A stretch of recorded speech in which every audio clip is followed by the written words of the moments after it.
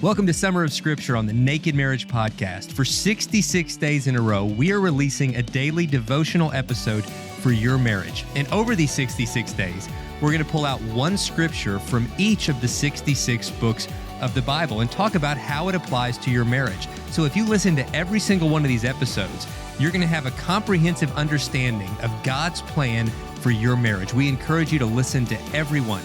Let's dive into today's scripture.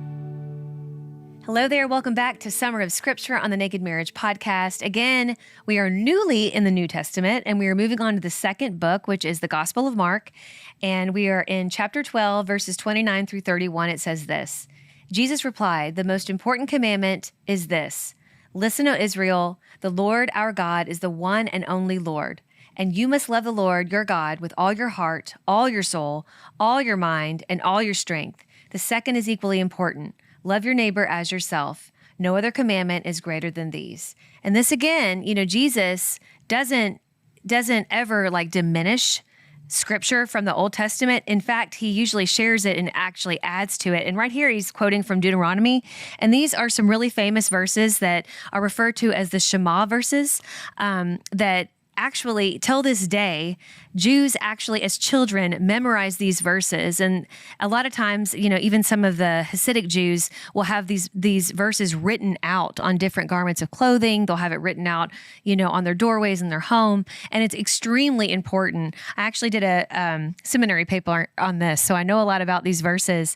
But it's just beautiful that Jesus, who would have, obviously was a Jew and was raised in this Jewish home, he would have memorized these verses. They would have been some of the first scriptures that he would have memorized. And so I think it's wonderful that he's exclaiming that these are important. But then he adds, love your neighbor as yourself. Again, he ups it, right? He gives us what the Old Testament says, and then he adds to it. And I think it's so important that we really listen into the things that actually came out of Jesus' mouth, probably more than any other scripture, wouldn't you say, sweetie? Yeah. I mean, it's God in the flesh speaking. Now, all the scripture is God-breathed and inspired, and we can trust every word of scripture. But yeah, I do think it's something very special when it's a direct quotation of Jesus. Yeah. And I love how, he talks about this loving, first of all, putting God first, not having any other gods. And we see that all throughout the Old Testament. What happens when the Jews, we're kind of following these other gods and really getting led astray many times we talked about intermarriage, where they're marrying people who do not love the Lord and are worshiping these other gods.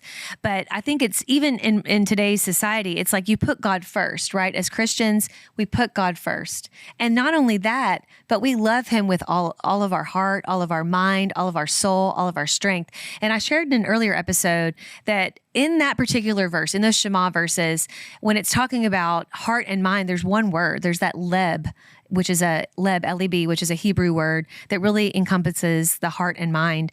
And I did a study on it. I cannot remember the Hebrew word, but when it talked about all of your soul, it means really every part of your being, right? Every part of you, okay?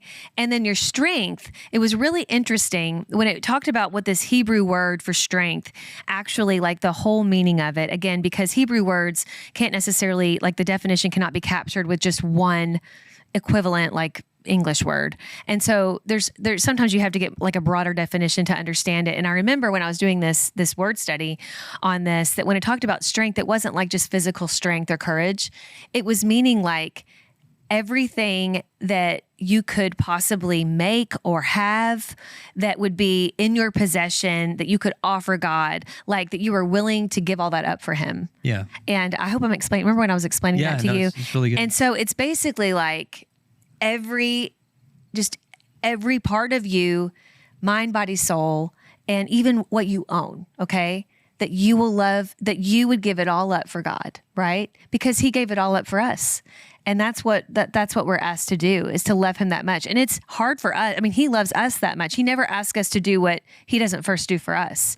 But I just thought that was really interesting when I was studying that. And then, he calls us to love our neighbor as ourselves, right? Yeah. Yeah, and I love that he turns the practice. He turns it from just saying it's not just about loving God, even though that's obviously most important. Right. But you can't say you love God and not love people. Right. Like, and a lot of people do that. They'll say, I love God. And then they're just jerks. They're missing the whole point. Yeah. They're repelling people from God. So Jesus is saying, like, how you treat people is really a reflection of how you say you love God. We got to love people too. And that starts right at home. The person you should be loving the most is your spouse. So don't fall into the trap of being cordial and polite to strangers all day or coworkers, and then coming home and being rude to your spouse. Coming back to just very specific marriage examples, that love the Lord your God with all your heart, mind, soul, and strength, and then love your spouse. Love your neighbor as yourself. Your closest neighbor is your spouse. Right. I think we forget that. Like, talk about neighbor. I mean, you're not just next door, you're next to each other in the bed. Like, that's as close as a neighbor gets. Right. And they should be the one who gets the very best of you.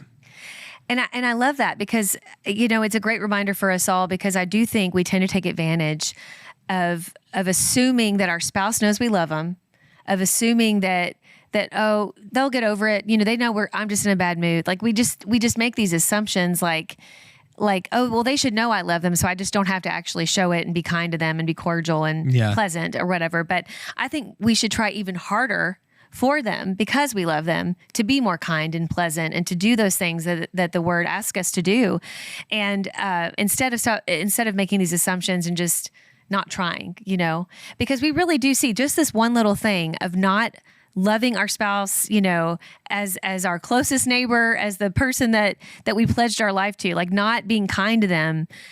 Just that little thing of just making these assumptions can often lead to much bigger problems later in the marriage, and even divorce. I mean, even divorce, we've seen this happen. Oh, for sure. And so it's really important that if you're watching this or listening to this right now, and you can't think of the last time you said a kind word to your spouse, let today be the last day that happens. Go to your spouse immediately and apologize, and then start being kind. And kindness, if you have a hard time finding kind words, I encourage you to pray about this and really think about something you're thankful for when it comes to your spouse. Write those things down, thank God for them. And then I would just make it your mission to every day thank your spouse for something. Start with one thing, then go to two things, then go to three things, and make this a daily practice in your marriage. And you will be astounded by how it changes the whole kind of temperature in your home. Because when you have a heart of thankfulness, it's easier to be kind, right? Oh, 100%. And then when you're kinder to your spouse, they really want to be kinder to you. So it's like it starts with us individually doing those things. Because I think sometimes we're like, well, if they would start being kind with me, then I would be kind with them. But then you're just kind of at this stalemate where you're just like, nobody's doing anything good, right? We're just be the kind one of to go waiting first. on the other. You got to right? go first. Because Right. God went first with us. Right. And then we receive what he gave us, and we love him back, and we love others the way he loves us. Yes. I love it.